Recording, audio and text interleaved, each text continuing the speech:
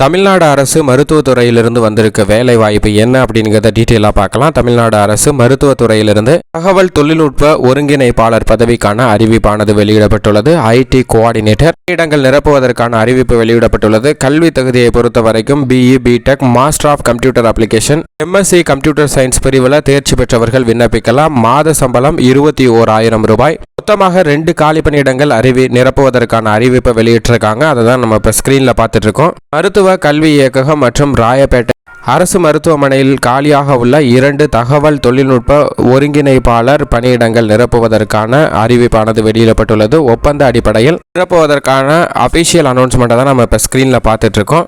இந்த பதவி முற்றிலும் தற்காலிகமான அடிப்படையில் மட்டும்தான் நிரப்பப்படும் அப்படிங்கிறத குறிப்பிட்டிருக்காங்க. ஒருபோதும் நிரந்தரம் செய்யப்பட மாட்டாது அப்படிங்கிறதையும் குறிப்பிட்டிருக்காங்க. மேற்குறிப்பிட்ட பதவிகளுக்கு தகுதியான நபர்களிடமிருந்து விண்ணப்பங்கள் வரவேற்கப்படுகின்றன. விண்ணப்பங்களை பூர்த்தி செய்து இயக்குனர் மருத்துவ கல்வி இயக்ககம், கீழ்ப்பாக்கம், சென்னை 10 என்ற முகவரிக்கு 24/5/2023 மாலை 5 மணிக்குள் வந்து சேரும்படி அனுப்ப வேண்டும். இதற்கு மேல் சமர்ப்பிக்கும் விண்ணப்பங்கள் தகுதியற்றவை என கருதப்படும் அப்படிங்கிறதையும் தெரிவிச்சிருக்காங்க.